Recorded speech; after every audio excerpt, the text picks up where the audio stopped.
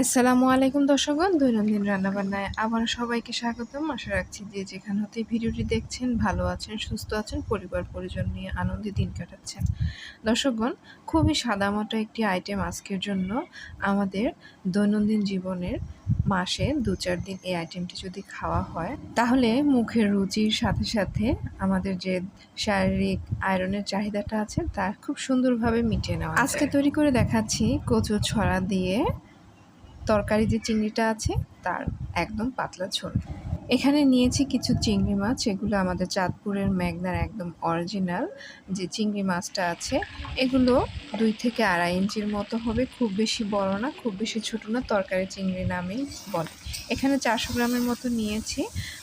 চিংড়ি মাছগুলোকে ছুলে এখানে ২ থেকে ২.৫ টেবিল চামচ সরিষার তেল গরম হলে তার মধ্যে দিয়ে দিচ্ছি ১ চিমটি লবণ আর ১ চিমটি লবণ সহ।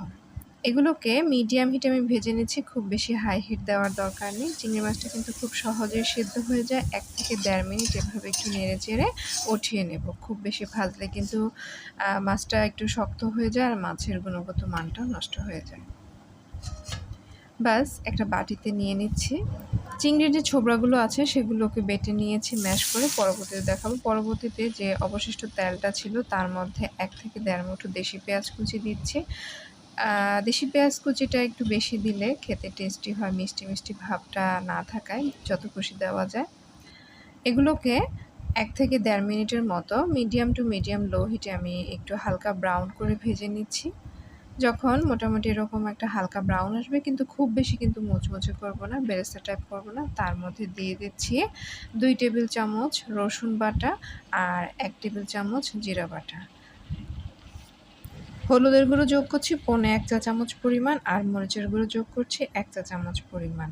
মশলাগুলোকে আমি শিলপাটায় বেটে নিয়েছি। রসুনটা দেশি রসুন ব্যবহার করেছি, তাহলে খেতে একটু টেস্টি হয় এবং ঝোলটা ঘন হয়, পরিমাণে কম লাগে। এখন মশলাটাকে মিডিয়াম থেকে মিডিয়াম লো হিটে ১ থেকে ১.৫ মিনিট এভাবে কষিয়ে নিব। ১ মিনিট পর যখন এভাবে শুকিয়ে আসবে তখন একটু হাফ কাপ পরিমাণ পানি দিয়ে এগুলোকে আরও ১ মিনিট ভালোভাবে কষিয়ে নিচ্ছি। মশলাটা মোটামুটি কষে এলে যখন মশলা থেকে তেল ছাড়তে শুরু করবে তখন চিংড়ি মাছের যে ছোবড়াগুলো এগুলো শিলপাটায় বেটে নিয়েছিলাম, এখন একটা ছাঁকনির সাহায্যে সামান্য একটু পানি যোগ করে ছাঁকনির সাহায্যে এগুলোকে এভাবে ছেঁকে নিচ্ছি। ফাইনালি এরকম একটা সাদা আঁশ বের হবে, যে জিনিসটা ফেলে দিচ্ছি আর বাকি যে নির্যাসটা তা এখানে দিয়ে নেড়ে চেড়ে এগুলোকে ১.৫ থেকে ২ মিনিটের মতো কষিয়ে দিচ্ছি। ফাইনালি এগুলোর রসটা সহ যখন একটু শুকিয়ে আসবে, তেলটা আলাদা হতে শুরু করবে, তখন এখানে দিয়ে দিচ্ছি কেটে রাখা কিছু কচুর ছড়া। এখানে ১ কেজির মতো হবে। আমি এই ছড়াগুলোকে ভালোভাবে কেটে ধুয়ে তারপর ২-৩ টুকরো করে নিয়েছি, যাতে প্রত্যেকটা টুকরো সমানভাবে একই সময় সিদ্ধ হয়। এইভাবে কেটে নিলে তাহলে খেতে ভালো লাগবে। আর এতে লবণ যোগ করছি ১.৫ চা চামচ পরিমাণ। এগুলোকে ভালোভাবে নেড়েচেড়ে দিয়ে ঢাকনা দিয়ে ঢেকে দিচ্ছি ১ মিনিটের জন্য।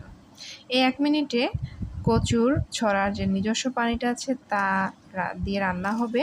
এবার এতে আমি হাফ কাপ পরিমাণ পানি দিয়ে মিডিয়াম হিটে ৩ থেকে ৪ মিনিট এগুলোকে কষিয়ে নিচ্ছি। কচুগুলোর সাইজের ওপর কিন্তু এগুলো সিদ্ধ হওয়ার সময়টা না, আমার কচুগুলো মোটামুটি বেশ বড় ছিল, তাই এগুলো সিদ্ধ হতে প্রায় ৭-৮ মিনিটের মতো লেগেছে। কষিয়ে নিয়েছি ৭-৮ মিনিট। প্রথম ৩-৪ মিনিট এভাবে কষানোর পর আবারও ১ কাপ পরিমাণ কুসুম গরম পানি দিয়ে মিডিয়াম হিটে আরও ২ থেকে ৩ মিনিট এভাবে এগুলোকে কষিয়ে নিচ্ছি। এইটুকু সময়ের মধ্যে কচুগুলো প্রায় 70% পর্যন্ত সিদ্ধ হয়ে আসবে। যখন মোটামুটি এরকম ঝোলটা শুকিয়ে আসতে শুরু করবে তখন দেখা যাবে, এই যে খুন্তি দিয়ে দেখছি, এগুলো মোটামুটি সিদ্ধ হয়েছে, আরও 30%-এর মতো সিদ্ধ হবে। এই পর্যায়ে আরও ১ থেকে ১.৫ কাপ পরিমাণ পানি দিচ্ছি। পানি দেওয়ার পর যে ভেজে রাখা চিংড়ি মাছগুলো ছিল সেগুলো দিয়ে দিচ্ছি।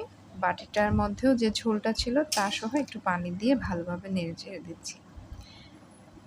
এই পানিটা এমনভাবে দিতে হবে যাতে চিংড়ি মাছটা রান্না হয় আরও ৩ থেকে ৪ মিনিট এবং কচুটা সেদ্ধ হওয়ার পরও সামান্য একটু পানি পানি বা ঝোল ঝোল থাকে, কারণ যখন রান্নাটা শেষ হবে তখন কিন্তু চুলা অফ করার পরও কচুগুলো সামান্য পানি টেনে নেবে।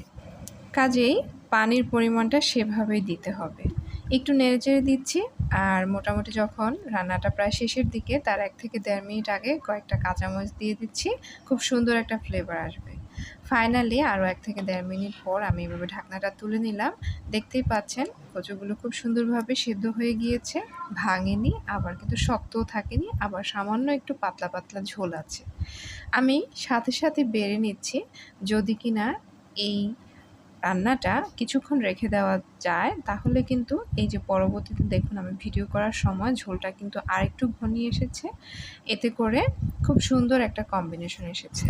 যদি ঝোলটা চুলা থেকে নামানোর সময় একদম মাখা মাখা করে নামাতাম তাহলে কিন্তু এখন একদমই শুকিয়ে যেত 4-5 মিনিটের মধ্যে, তখন কিন্তু খেতে আবার একরকম স্বাদ লাগতো। তাহলে দর্শকগণ দেখলেন তো কত সহজেই খুব সুন্দর চিংড়ি দিয়ে কচুর ছড়া রান্না করে দেখালাম। রেসিপিটি ভালো লেগে থাকলে চ্যানেলটি সাবস্ক্রাইব করবেন, ভিডিওটিতে লাইক কমেন্ট শেয়ার করবেন। পরবর্তী ভিডিও পাওয়ার জন্য নোটিফিকেশন বাটন